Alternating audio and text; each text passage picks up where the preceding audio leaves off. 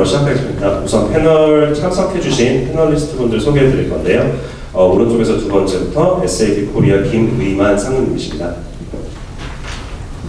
반갑습니다. 그 다음에 이제 가운데 계신 분은 저희 방금 발표 진행하신 시게이트 로버트 양 부사장이시고요. 제 왼쪽에는 저희 코웨이 안진혁 상무님이십니다. 반갑습니다. 코웨이 안진혁입니다. 예, 그러면 맨 처음에 인사말 해주셨던 그 이인목 팀장님의 그 발언을 시작으로 저희 패널 토론 바로 시작하도록 하겠습니다. 네, 안녕하세요. 일단 양 부장님 발표 잘 들었습니다. 일단 이게 저는 2년 연속으로 듣다 보니까 이게 두 가지가 연결되는 게 굉장히 흥미롭네요. 빅데이터에서 시작을 해서 스토리지 기업이 빅데이터를 이야기하고 그 다음에 다시 AI로 하는 게 얘기하셨다시피 결국 AI라는 게 빅데이터를 먹고 자라는 거고 그게 빅데이터가 있어야지 AI가 성장을 하는 거니까요. 질문을 드리고 싶은 게 뭐냐면은 지난해 토론회 개최한 거에 이어서 스토리지 기업이 이런 그 스토리지 자체에 집중을 하지 않고 그걸 거기에 담겨있는 데이터를 이용해서 나가는 이 그 AI 미래 기술에 대해서 어떤 토론을 이끌어가려고 하는 게 흥미로운 점이라고 생각을 하고 있거든요.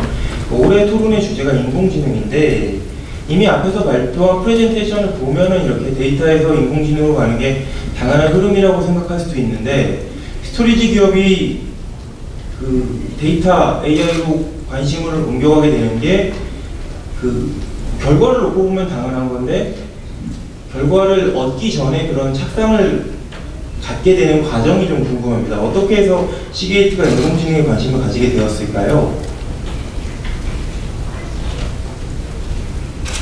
Right. Thanks for that. Okay. Yeah. So obviously, Seagate is always looking to the future, and for us, we see data as the plumber, what drives the AI, right? It provides that information allows the machine to make that intelligence. So for us, we want to design our product, come up with our product to help our customer to maximize their data usage, so be able to help their productivity. So when we look at this, so one thing is that we looked at very different verticals. How each area is, whether it's a surveillance, whether it's robotics, whether it's anything, right? There are certain needs from each of the different verticals that requires our drive to be a little bit different to be able to handle the data flow, data stream. And I'll give you a very good example. One of our products, which is focused on surveillance, Skyhawk AI, right? And it has built-in capability to be able to handle the data flow much more efficiently, to be able to allow the builders, the surveillance builder, to be able to have that ability to interact with the hard drives. So for us to understand AI is a key focus for us. Other products that we look at, obviously in the data center, has a lot of massive amount of data. It's going to be stored. As I mentioned, one of the challenges in IT was about having enough storage. Say, given the confined space that you have, do you be able to come up with a product later on to be able to store more data, pack more data in a single drive? So these are the kind of technology we'll continue to invest in, evaluate, and then be able to come with something to help our customers with. 저는 그 시게이트라고 하면 그냥 단순히 어떤 데이터를 빠르고 잘 저장할 수 있는 디바이스만 만드는 기업이라고 생각을 했었는데 그런 방향이 아니라 그런 고민을 하기 위해서는 그 앞에 어떤 데이터가 발생하고 있는지를 고민을 했기 때문에 그런 디바이스를 만들 수 있는 거라는 걸 새삼 느끼게 되네요. 그 인공지능이 이렇게 우리 곁에 다가온다는 생각을 뭐 여러분들 다 하시고 있을 수도 있고 아닐 수도 있는데 저는 여기서 지금 코웨이랑 SAP가 섭외된 걸 보면서 좀 그런 생각을 했어요. 코웨이는 뭐 누가 생각해도 그냥 소비자 가전 그 중에서도 렌탈 위주로 우리 브랜딩이 되어 있는 회사입니다. 근데 여러 분야에서 되게 소비자에게 밀접한 기업입니다. 우리 제일 잘하는 건 정수기고 공기청정기 같은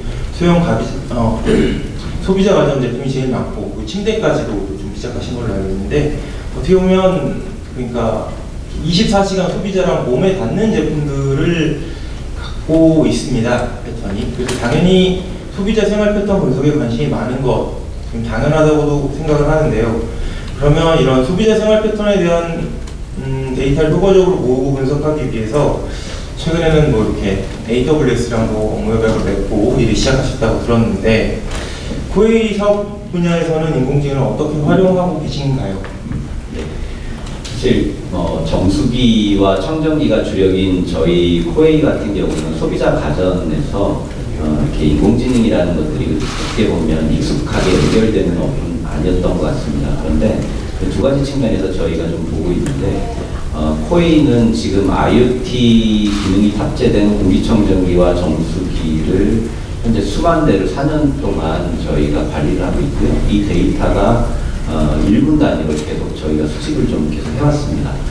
활용 방식이 되게 다른데 정수기나 이런 것들은 그 계속 시대의 흐름에 따라서 물을 먹는 가구 내의 용량이라든지 물탱크 용량이나 이런 부분들을 저희가 그동안은 소비자 조사를 통해서 파악을 했었는데 지금은 정확하게 온수의 이용량, 냉수의 이용량, 그 다음에 정수된 그냥 일반 물의 양, 탱크 용량 같은 것들 그리고 저희 제품의 품질들을 관리하는 데 쓰고 있고요.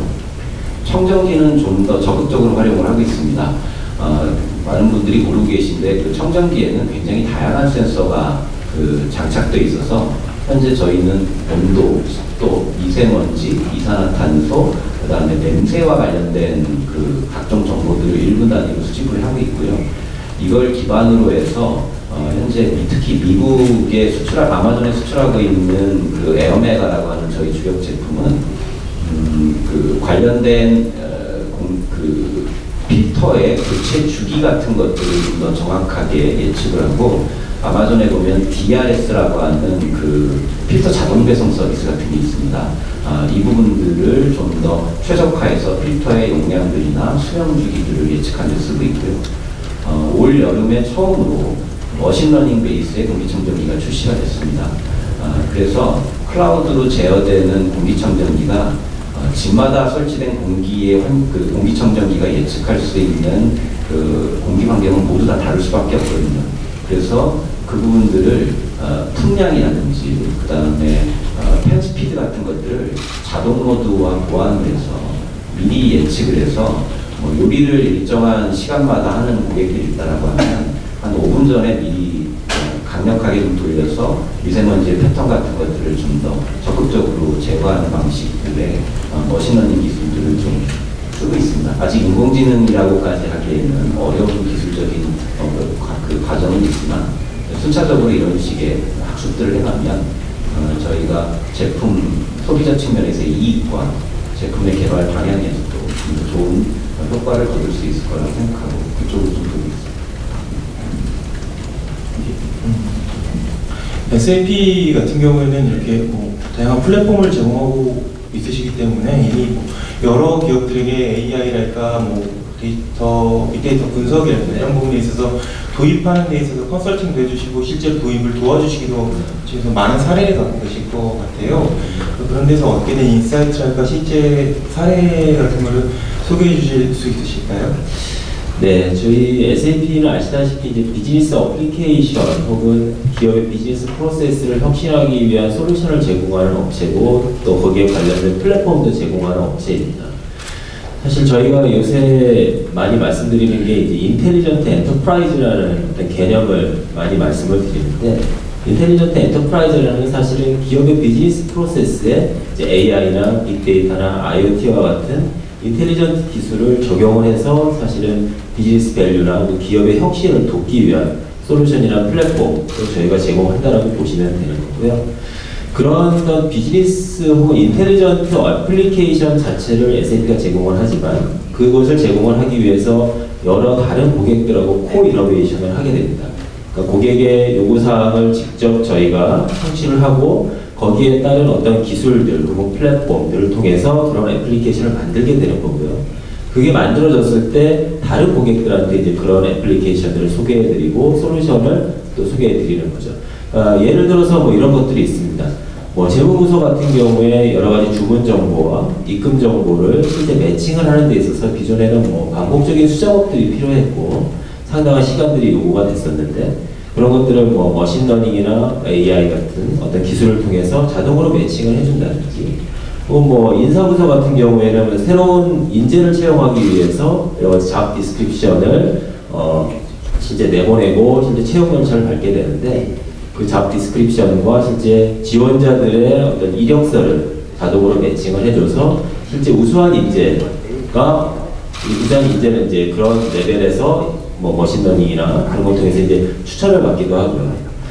혹은 뭐 애프터 서비스 마켓에서 보게 되면은 실제 뭐 파손이 되거나 뭔가 문제가 생긴 제품을 뭐 사진을 찍어서 보내게 되면 그것들 이미지를 자동으로 인식하고 분류를 해서 뭐 파손이 된 그런 부품이라든지 그런 것들을 자동으로 이제 인식을 하는 뭐 그런 부분이라든지 사실은 기업의 비즈니스 프로세스에 이제 AI나 머신러닝과 같은 어떤 신기술을 적용할 수 있는 부분은 굉장히 무궁무진하다고 생각이 듭니다.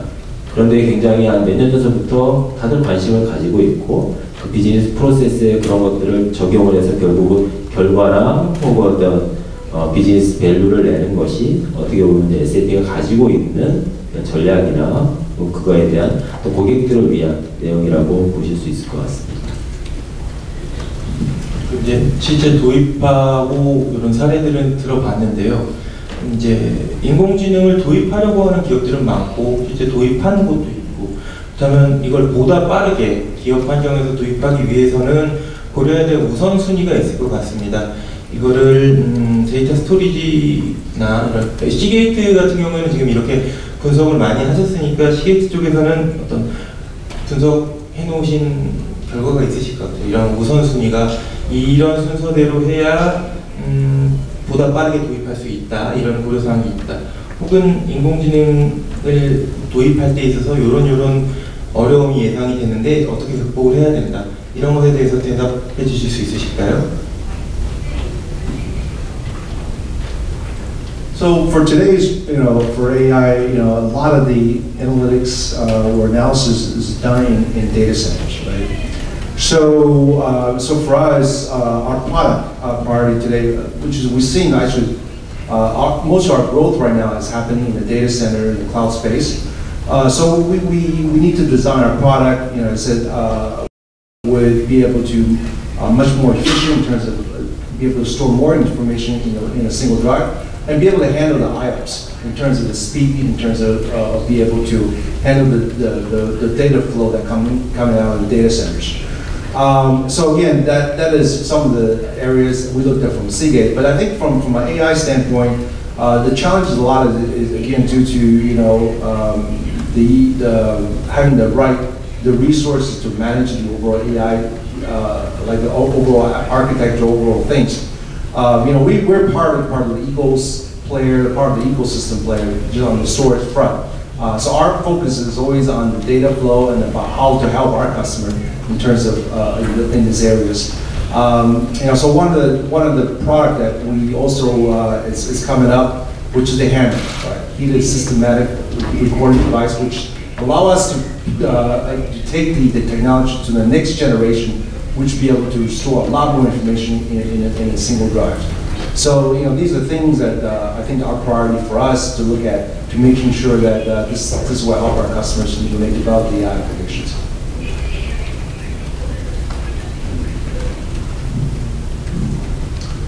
같은 질문을 두 분께도 들어보고 싶은데요. SAP 쪽에 있어서 AI 도입에 있어서 가장 주된 어려움이 무엇이 있을 거라고 생각하시는지, 특히 한국 기업에 있어서는 더 어려운 난관이 뭐가 있을까요? 시게이트 쪽에서 이제 서베이 결과를 보니까 이제 IT 인프라라든지 혹은 인재들 관련된 인재들을 확보하기가 참 어려운 거다라는 저희도 이제 동감을 하고 있고요. 사실 그런 것들은 사실 뭐 조만간에 혹은 뭐 어떤 단시간 내에 극복하기는 좀 어려운 상황이라고 좀 들긴 합니다. 사실은 뭐 대학에서나 혹은 뭐 클라우드를 선택한다든지 그런 여러 가지 요소들이 사실 뭐 기술적으로는 굉장히 많이 성숙되어 있지만 그것들을 결정을 하는 것 자체는 여러 가지 이제 의사결정 포인트가 있다고 생각이 들고요. 그래서 이제 좀 대안을 한번 생각을 좀 해봤습니다. 그래서 그러면 기존 지금 이제 고객이나 기업들이 실제 뭐 IT 인프라를 구성을 한다거나 혹은 특별한 인재를 확보하기가 좀 어렵다면 사실 플랫폼적인 어떤 접근을 하는 것도 괜찮지 않을까라는 생각을 하고요. 그러한 이미 만들어져 있는 플랫폼이 모든 것들을 다 해결할 수는 없겠지만 사실 80% 정도 해결한다고 보고 20% 정도에 대한 투자를 통해서 어느 정도 이제 기업에 맞는 상황에 맞게끔 자기만의 어떤 어플리케이션이라든지 뭐 인텔리전스를 비즈니스 프로세스에 입힐 수 있는 그런 정도의 어떤 일들은 쉽게 이제 시작을 할 수 있다라고 보고요. 플랫폼을 구성하기 위해서 너무 시간을 많이 소모를 하다 보면 상당히 이제 출발 자체가 늦어지기 때문에 그런 플랫폼 위에서 좀 빨리 개발할 수 있고 또 여러 가지 실패를 먼저 하지만 그 실패에 대해서 여러 가지 교훈을 통해서 앞으로 나아갈 수 있는 어떤 그런 애자일한 방법론이라든지 그런 조직들을 만들어 나가는데 좀 더 이제 뭐 중점을 둔다면 오히려 이제 AI나 머신러닝과 같은 신기술들을 기업 내에서 적용하는 것 자체가 좀 더 쉬워지지 않을까라고 좀 생각을 한번 해봤습니다. 네, 굳이 말씀하시자면 좀 한국의 전통적인 기업 문화가 방해가 될 수도 있다는 말씀이실 수도 있을 것 같은데요. 일단 코웨이 쪽에서 말씀해 주셨으면 좋겠습니다. 그런 전통적인 기업의 한계가 저희가 대표적인 사례일 것 같은데요. 코웨이와 같은 그 제조를 같이 가지고 있고 이제 그 제품을 판매하는 회사들 같은 경우 당연히 IT의 구성이 뭐 말 그대로 자재 관리나 출고나 어떤 재무적인 부분들에 맞는 ERP 시스템이죠. 저희도 이제 셋이 중요한 플랫폼인데 그런데 어느 날 갑자기 IoT 제품이나 이런 것들이 이제 탑재가 되기 시작을 하면서 저희가 어마어마한 데이터가 저희 IDC로 들어오기 시작을 하면서 굉장히 이제 경험하지 보지 못했던 무슨 앱을 만들어서 B2C 서비스를 하는 기업이 아니기 때문에 모든 분야에서 다 문제가 되는 거죠. 당연히 스토리지 문제가 되고 ERP에 최적화되어 있던 시스템도 다 굉장히 많은 한계를 보이기 시작하고 근데 이 문제들을 결국은 내부의 각종 경영진들이나 또는 뭐 CFO 조직 같은 데들에 우리가 이 변화를 위한 투자분들이 선행돼야 된다는 것들을 기술적, 비즈니스적으로 설득하는 데 있어서 굉장히 많은 어려움이 있는 것 같아요. 그리고 특히 클라우드로 넘어가거나 이래야만 해결될 수 있는 인프라 문제 같은 것들도 그동안 익숙했던 한국 정부의 규제라든지 각종 정보 보안이나 이런 문제들을 다 깔끔하게 다 처리해가면서 이 문제를 해결해 나갈 수 있는가에 대한 것들을 CIO들한테 개론을 하다 보니 그런 설득 작업들이 굉장히 어려운 그 시간과 그다음에 좀 어려움들이 존재하고 마지막으로 이제 산업 문제죠.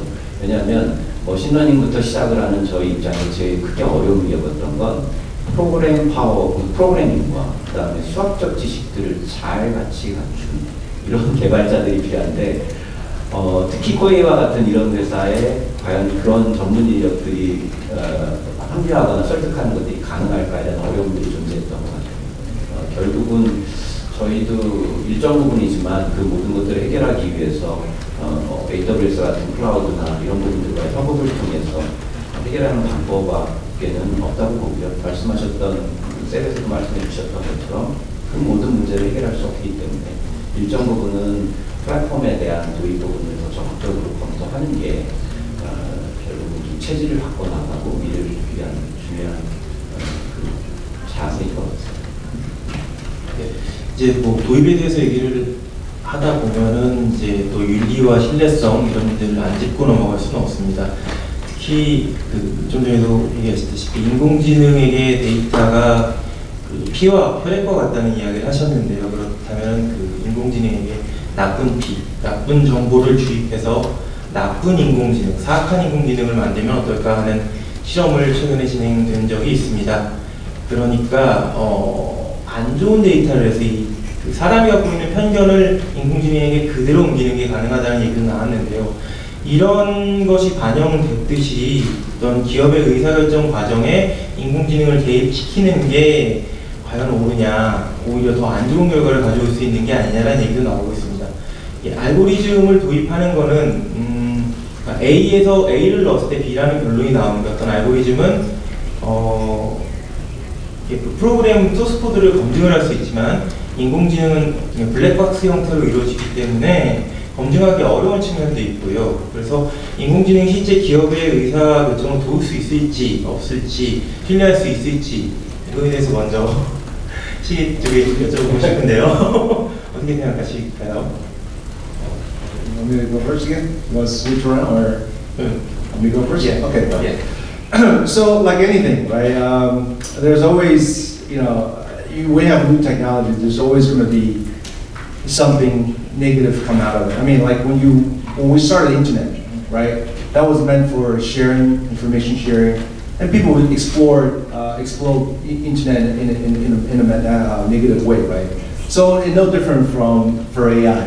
There's always going to be something, it could be negative come out of that.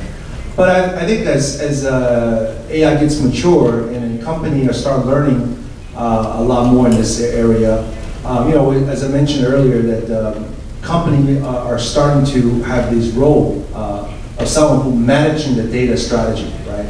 A chief data officer who will look at the strategy overall of how the flow of data through the company to be able to work with their chief technology officers, with CIO, to be able to say, hey, how do we look at these data as we'll be able to help in terms of our company, in terms of growth, in terms of productivities. So that CTO, the CDO will have that responsibility to make sure that's happening.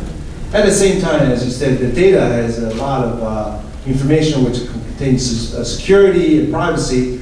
That person will come up with a policy to make sure that data is secure in the right way, right? So I think moving as we learn more about AI, we'll just get mature and better at how to manage and handle these kind of situations.